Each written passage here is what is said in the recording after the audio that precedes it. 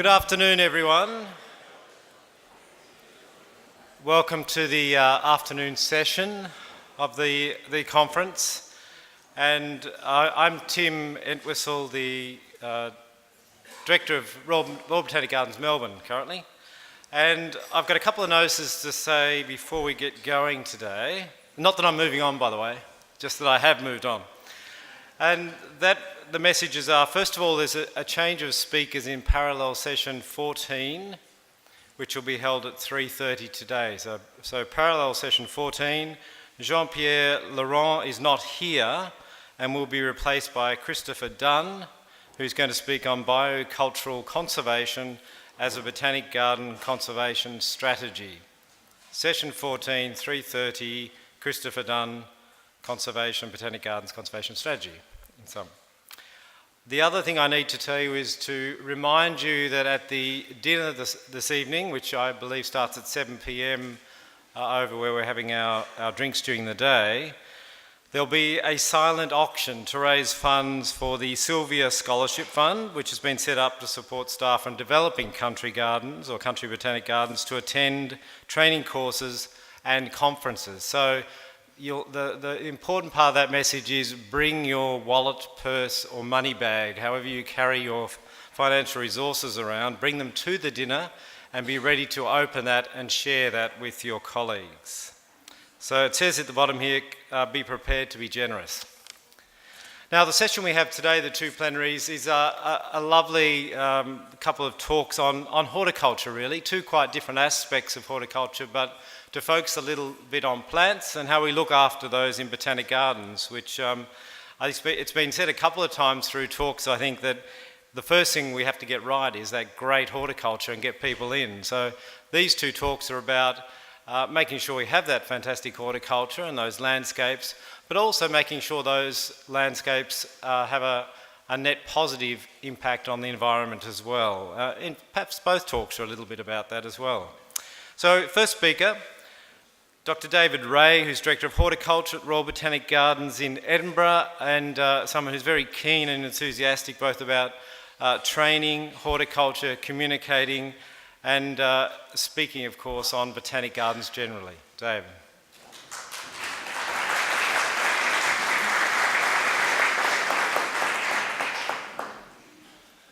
Well, thank you very much, Tim. Good afternoon. The three of us from Edinburgh are absolutely delighted to be here in beautiful Dunedin because, of course, the name Dunedin is the Gaelic for Edinburgh. And all your street names are named after our street names. And I was amazed to see that our national poet is celebrated just outside here. And, of course, as well as writing well-known songs and ballads like Scots Wha Hae and Auld Lang Syne, he would have been very comfortable in this environment because he took a lot of his inspiration for his poets from plants, like My Love is Like a Red, Red Rose, which appears on virtually every single Valentine's card, but pleasures are like poppies spread. And in his Ode to a Mountain Daisy, we modest crimson-tipped flower, and the snowdrop and primland our woodlands adorn. So he took that inspiration, but also he had great insights into human nature. There is no such uncertainty as a sure thing. Oh, would some power the gift give us to see ourselves as others see us, very wise. If nobody care for me, I'll care for nobody. And man's humanity to man, countless thousands more. And so he's quite an insightful sort of person in the very short lifespan he had. But also he hated opera and critics. And he said these things. Opera is where guys get stabbed in the back, and instead of dying, he sings. And of critics, those cutthroat bandits in the path of fame. But of course, he also had some wise counsel for those who eat baked beans. Where'er you be, let your wind go free.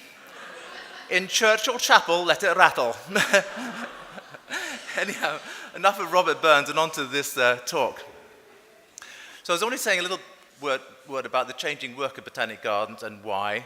Our interdependence of our work and the central importance of horticulture, in my view. And then I want to go on to reasons why I think botanic garden horticulturists and horticulture, the title's quite interchangeable, are becoming a little bit threatened, and what we can do about it. So, as we all know, many of our oldest botanic gardens started off as physic gardens, but we've changed and adapted over time to meet the challenges being thrown at us by society. And so we've moved on through schools, education, conservation, molecular research, biodiversity studies, all these things, and are moving on into the right-hand side down at the bottom to things like in situ and ex situ and even inter situ conservation, restoration. We're all involved with fruit and vegetable production and well-being and social inclusion.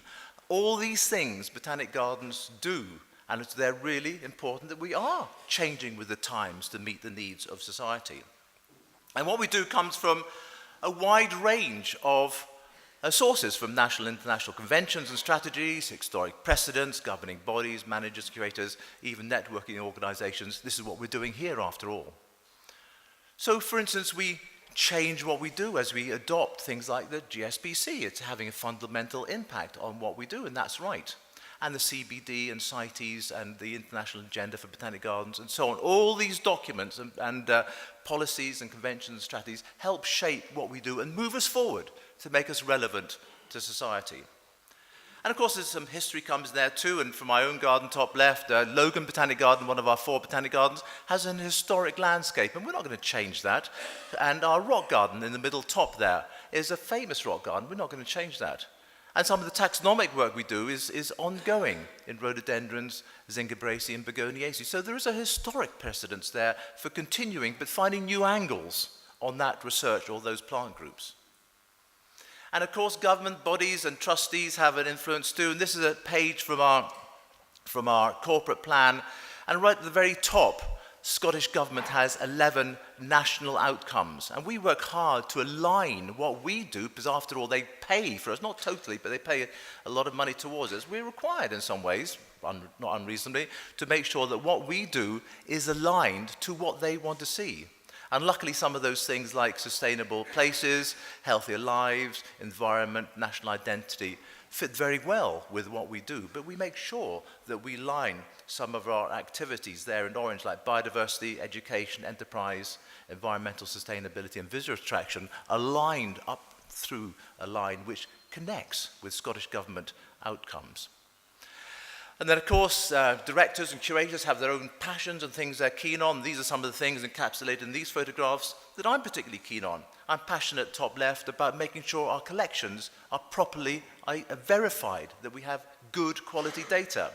The next one down, I make sure that the collections are used for something, that they are getting involved in restoration, but also middle top, I'm passionate about horticultural staff getting into the field with science staff on joint fieldwork trips, and capacity building in the middle there, for instance in Turkey. I think that's really important. And top right, I'm very keen that horticulturists write down some of that information that's locked up here but isn't generally known. So getting out there and publishing information, again, these influence. And we have user groups because collections exist to be used, and therefore the people that we serve, the people who use the collections, have an input into what we grow and why, and quite right. So the top left, the science community ask us to do things, and trustees in the middle of the top there, they have an interest. And the education community, top right, and even the bottom right, the general public, have an influence on what we do and why, and the ways in which we serve them. And that's all reasonable. And lastly, networking groups like ourselves. Here are some pictures from previous BGCI congresses and BGen, that's the education network meeting, particularly in Oxford, and our own networking group, Plant Network, the Plant Collections Network of Britain and Ireland. We have our meetings, we get together, we influence each other and encourage us to move forward and do better. And so all those influences come together to mean that we do a whole lot of stuff, a great jumble of stuff, which is sometimes highly coordinated and looks great, but sometimes can appear to be a little bit uncoordinated, that great plethora of stuff that we do. But when it comes down to it, I think there are 3 fundamental things that we really do and we do well. Horticulture, including collections, education, and research, including conservation. Now, I know not every botanic garden does research, but if their collections have a scientific basis, which most botanic gardens should have that, at least they're of research potential, even if they're not doing active research. But the important thing, I think, is that they are interconnected and mutually supportive. So horticulture in the background with that picture of Logan Botanic Garden is supported by the fact that we have science staff on our staff who can help, for instance, verify the plants. that we grow plants for education, and our education staff can tap into the horticulture to produce school gardens and make sure that we have facilities needed for education. And that the gardens exist to be used, the collections exist to be used. So in restoration, which is one of the sort of ultimate end products for us, it's great to see the collections are there for a purpose. And when you take education, that is strengthened by the fact that on all our courses we have professional botanists and horticulturists lecturing to all those students from school groups right the way through to PhD students and recreational courses. We have real, live, practicing horticulturists and botanists actually lecturing on all those courses, and that is a great strength. And likewise, when it comes to our students, they have the full reign of the garden and all its collections to use for their practicals and for work experience. And when it comes to science and research, they have the living collection to actually use as part of their facility that they have that's there to be exploited and used. And also, because we're a science institution but open to the public, like all botanic gardens, those scientists can engage directly with the public. And that's a great opportunity for them to feel that they can get straight through to the public, and likewise for the public to feel they can speak directly to a professional botanist. And of course, the conservation people feel that they can utilize the living collections to really grow genetically sampled, properly sourced material for conservation. And so while it's true that universities and research institutes do more research than botanic gardens, and of course colleges, universities and schools do more teaching than botanic gardens, and it has to be said, I'm afraid, that many modern and heritage gardens can be visually better than botanic gardens, the fact is none of those institutions do all of those things that I mentioned: horticulture, education and conservation. But we do, and we do it in one place. We have people who can grow plants, talk about plants and research plants all in one place, and that is fundamentally important and valuable. And when we do them well, we can generally make a positive contribution to both society and the natural environment. I believe that fundamentally.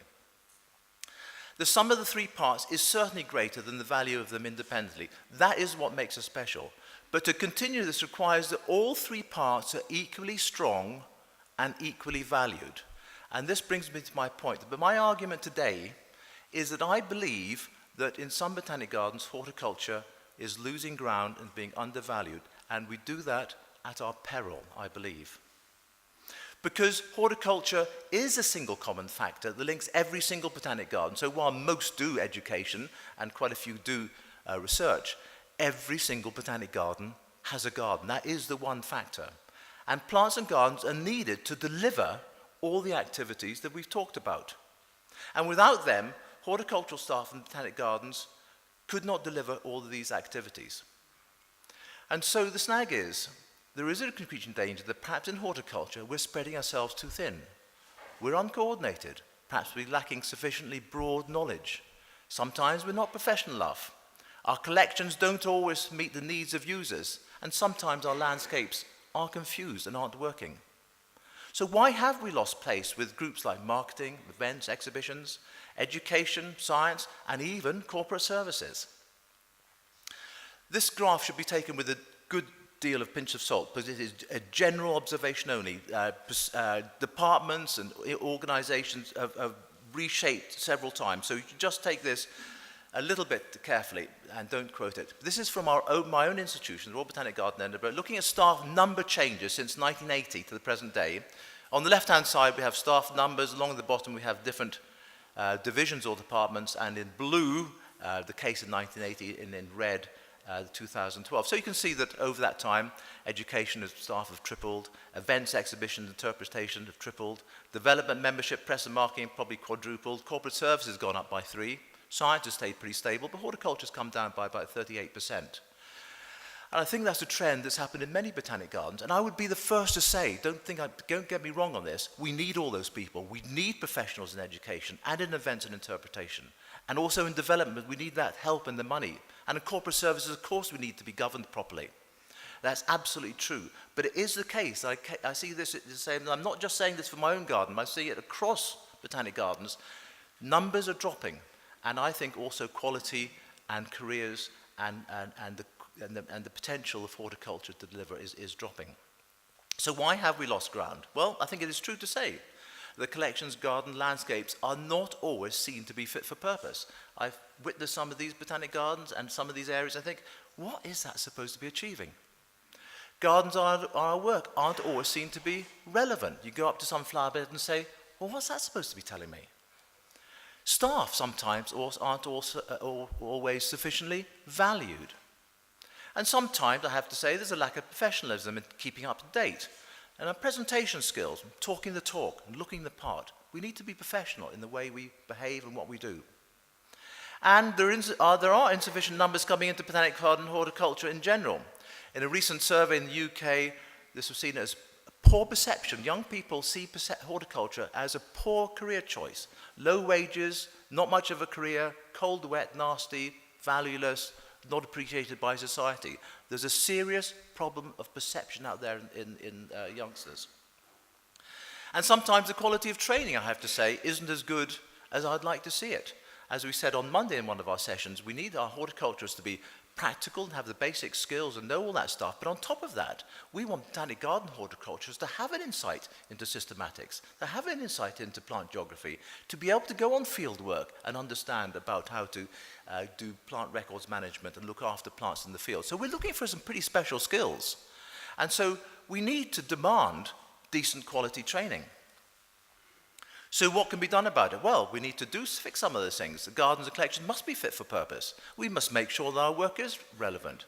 We need to make sure we're valued by becoming more professional in our knowledge, language, behaviour and appearance. We need to join professional bodies. In the UK, we have the Institute of Horticulture. And we must encourage more to come into botanic garden horticulture and through that raise standards of training by demanding the best. But let's just take some of those individually. So for a botanic garden focusing on science, conservation and education, the living collection needs to be able to meet the needs of its users. That's what it's there. It's there to meet the needs of users. And it must be, in my opinion, I know I've banged on about this before, governed by a comprehensive collection policy. And I also think that it must be, or should strive to be, mostly wild origin, with good documentation, verified, with a collections focus, with a target or targets to improve areas that are weak. There's no point in having targets if you don't review them from time to time, and with collections linked to projects. I think that's all fundamentally important. The collection must be fit for purpose. And a policy is the one document. It doesn't have to be big and fancy. It can be a couple of pages, but it is the policy that lays down the guidelines for the acquisition, content, and management of the collection. And the purpose, put simply, is simply to have the right plant in the right place at the right time for whoever wants to use it. It's there for a purpose. And our policy, and I'm not going to say too much about policies, just want to say that we have 5 sections. Section 1's on sort of trying to put it into an international context. Section 2 is about standards of information. Section 3 is about landscape and representation policy. Section 4 is about different collection types. Section 5 is about acquisition and transfer. And then we have some appendices in the conclusion. I just want to pick up on a couple of those things. First of all, at the start, to go back to that first section, I think it's important that we say how our living collections relate to some of these big instruments out there. How do they relate, and what mechanism do we have for bedding our plants into the context of the CBD, the global strategy, the European Plant Conservation Strategy, CITES and other things? We need to have a context in which we operate and what we're trying to do. And likewise, I think it's fundamentally important to lay down some of the standards of delivery, standards of service that we in horticulture will give to our user groups in research, conservation, education, visits and so on. We need to lay down, we will do this. We will try to strive to meet this requirement that you have. And of course, you can only do that by having spoken to them first. And I'm passionate about standards of information. And so there must be minimum standards for collecting plants in the field. There must be minimum standards once they're in the collection. But I also believe, as I keep on saying, that we must have targets to improve weak areas. And when I came into post, 53% of the collection was of wild source origin. And for us in our botanic garden, we wanted to push that up. And it's quite difficult and quite slow to move it, but we've been achieving a 0.5% increase a year. So we're up to 60% wild origin content. And I want to keep pushing that slowly. It'll never reach 100% because our policy says that at least 15% of our collection should be of cultivars, and that's perfectly reasonable. But it's just trying to nudge it, and we review it every year to see how we're doing. Likewise, I'm passionate about making sure the collection is properly verified. We're trying to increase that by about 1 or 2% a year, and are just about getting there. So we need to have reviews and audits to ensure those targets are being met. And then section 4 on collection types, again, laying out the policies for research collections and conservation collections, what they're trying to achieve and how we in horticulture will help those communities reach their goals and how we'll serve them. But moving on to landscapes very quickly. Does the landscape still work? Are paths and roads logical? Are views in and vistas out and so on still coherent? Does one area flow into the next? Does every area or bed tell a story, or is it just a jumble of plants? Does interpretation help to make sense of what's planted? Are plantings taxonomic, geographic, thematic, or a bit of everything? So I think we need increasingly to have not just living collection policies, but also landscape policies. And ours is actually quite a low-tech one. We have one for each garden. And so that's Benmore Botanic Garden. And just as an example, we know that this front area here is quite confused because you park your car, then you've got to go over a bridge, over a river, past a road, through a deer fence before you get into the garden. And we know that's an area. And so in our landscape plan for Benmore, the areas are broken up into numbers, and simply we look at the good points and the bad points of each of those regions and then try to make suggestions. And this is the entrance with a description about why it's not working and a little diagram of how it could be improved. So we have that for all 4 gardens. But you know, when I was getting somebody to help me with these, they put quite a lot of history into these 4 landscape plans, and I was thinking, you don't need all that stuff. But actually, I realize now more and more that understanding your history really allows you to read the landscape. And at Edinburgh, which most people, think of as square, there it is there, the area view. Square, it's actually made up of 5 separate parcels of land that came to us at different times. And actually understanding that and how they fit in and why one area is different to the other really helps you to read that policy. So I think a good section of history, where you've come from, and then looking at the good and bad. And let's say some of it's quite low tech, and this is looking at paths within the garden, how they could be tweaked to be more coherent, how they can get people in the right place. So we need to make some little changes, not many, but a few changes, so that was useful. And likewise, looking at viewpoints and vistas, and over time, of course, they often get crowded and you can't see what's going on. So just reminding us of some of those things and how we need to improve those areas. And we've moved on. Some of our master plan areas are a little bit more modern in their presentation. This is a redevelopment of an area, some people might know, behind the big peach hedge called the demonstration garden, which we're changing into a really dynamic, interactive teaching garden where there'll be lots of hands-on things with people doing stuff, and we're recreating an old building in that site too. So I think plans to help us with the living collection and also with the landscape are absolutely fundamental in being seen to be relevant, professional and modern.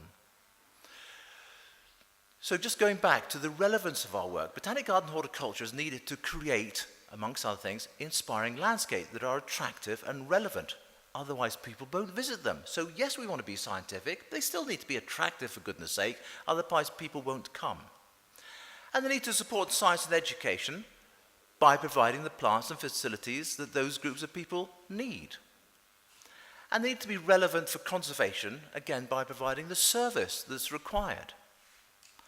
And they need to be relevant in terms of income generation, supporting exhibitions, events and marketing, all of which are really important within botanic gardens, but sometimes horticultural staff don't always facilitate the easiest interaction to make that possible. So we must be seen to be relevant in these particular areas.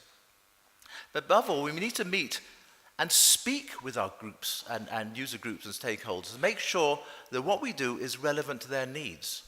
And living collections exist, of course, to be used and are not an end in themselves. And so sometimes I'm disappointed by the lack of internal discussion with those user groups, like the conservation, education, and science communities. We need to be talking and asking and seeing what they want. In terms of professionalism, sometimes our knowledge, language, and behavior and appearance aren't always quite what they should be. And I think it's sad to see that sometimes our staff don't make as good use as they should of update courses, in-house training, industry seminars, and networking opportunities. Some staff, of course, are dead keen. They do. But many of our staff don't keep up to date. They're not practicing. They're not moving forward. And I think we need to encourage our staff to keep engaging with those industry seminars and networking opportunities because they need to keep up to date to make sure that their knowledge, language, behavior, and appearance really are up to date and moving forward. And one of the ways of doing it internally is better collaboration with science, conservation, and education staff. So things like joint field working together on policies. We have a biodiversity policy now in Edinburgh that is joint horticulture and science together. We make no distinction between horticulture and science in that particular sense. Our policy for biodiversity is a joint policy, and our field work is joint, and staff really benefit from collaborating with each other. Likewise, our strategies and reviews try to be inclusive across all the divisions. And I've said before, I'm really keen on getting people to publish, but when I launched the journal Siboldia, I was keen that it had the same professional standard of publication as our botanical journal. I didn't want it to be seen to be second fiddle to a more scientific journal. And so trying to get people to write, trying to help them with the editing, getting it through the peer review, this is something that I will help horticultural staff do to get their information out there and to be publishing. And a lot of younger horticultural staff who haven't published before feel a real sense of pride in actually getting their paper out there and published to a high professional standard. And we need to join professional bodies. A lot of time people say, oh, no point in joining the Institute of Horticulture, which is our UK institution, because not many people there and it doesn't have a great voice. Well, it's not going to have a great voice until more people join it. So I think you have to get out there and join professional bodies, or if not that, at least professional societies. And so our rock garden people can join. There's endless numbers of rock garden clubs and societies. Likewise for groundsmanship and arboriculture and so on. They should be part of their parent networking or specialist society. And I have to pay tribute to a colleague, Lee Morris, who's sitting there in the audience, for launching this initiative, the GROW initiative, which has encouraged more to come into horticulture in general, but that will help more people come into botanic garden horticulture and help change the poor perception.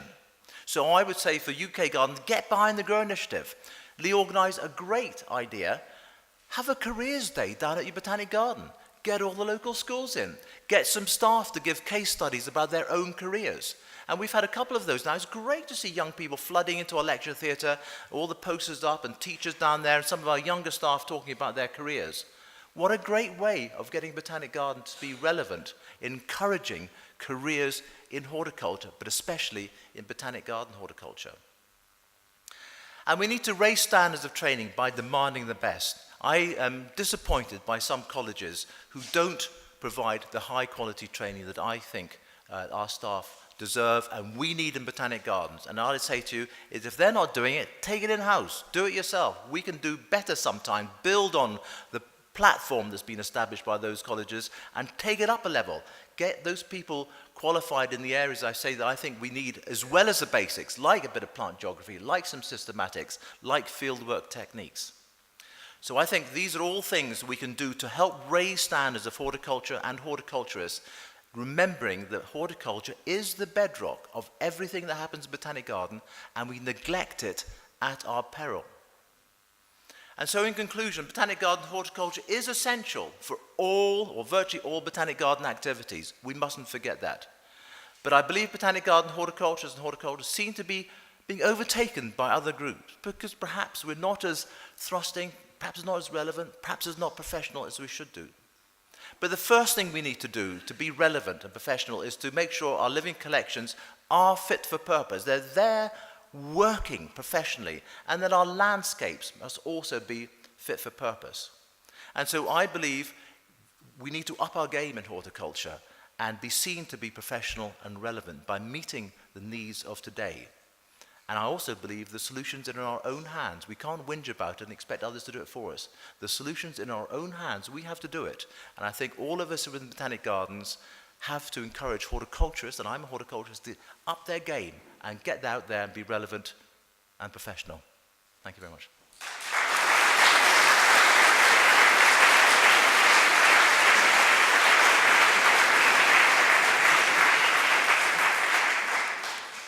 Thank you, David, and I think Robbie may have been impressed with your words there, particularly the strident call for no whinging and lifting our game. So he may say it differently, but he'd like the sentiments.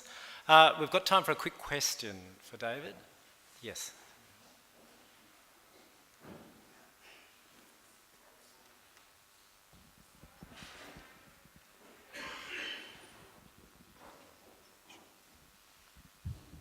Well, I totally agree that horticulture is very essential of botanical gardens.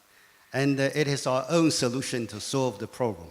But I just want to ask of your experience. And in China, horticulturist is really, really endangered species. Or in many gardens in China, people are doing gardening are actually not permanent staff, are not horticulturists, are not even gardeners. They are all seasonal works. And the reason, the key point for Chinese situation is the payment is rather low, and people are always seeking for high, sort of good pay sort of jobs, and this is really a big problem to us. I don't know, did you have such a yes, experience or the same situations? There's several things you touch on there. Certainly, I agree with that. Well, first of all, in terms of training, I know not every country has a heritage of horticulture in the same way that some countries do. And we were saying earlier in the week that I think many countries feel they have a responsibility and are very happy to help with capacity building and training in this particular respect. And we have a certificate in practical horticulture, for instance, which is very transportable and translatable into other countries. And that's just a start, but we feel, certainly in Edinburgh, and I know many other botanic gardens feel that we want to help contribute. We feel it's our responsibility to do that. But you're right, many times, many gardens, the horticultural staff are really labourers just taken off the market, and they're not professionally qualified, and their wages are poor. And I don't know really what we're going to do about it unless the horticulture has become more militant, and we tend not to be very militant people. But interestingly, there is an interesting change in the UK, which I think might be quite interesting to follow, and that is the Institute of Horticulture has now established that horticulturists who are members of that institution it's a chartered status. We have a chartered royal status. And I think over the years, it'll take many years, if in our adverts for new staff, we say that staff have to be chartered horticulturists, over time, that will enable them to actually demand more in terms of salary and pay and so on. So I think that will very slowly change things. But I think people don't sometimes value the qualities that horticulturists have to give. And maybe that's also sometimes, I think I'm saying, perhaps we're not sometimes very professional, well presented. And I think in doing that, and being more professional, more well presented, more up to date, it at least creates a chance that we can actually leverage some higher salaries for our staff. But you're right, it's a universal problem, not just in China, same with us. So I can tell you, for instance, the salary bill for horticulture and science in Edinburgh is exactly the same, but we have half the number of scientists to horticulturists. We have double horticulturists, but the pay is the same across the whole division. So horticulture is paying half of what science staff get. So it's universal.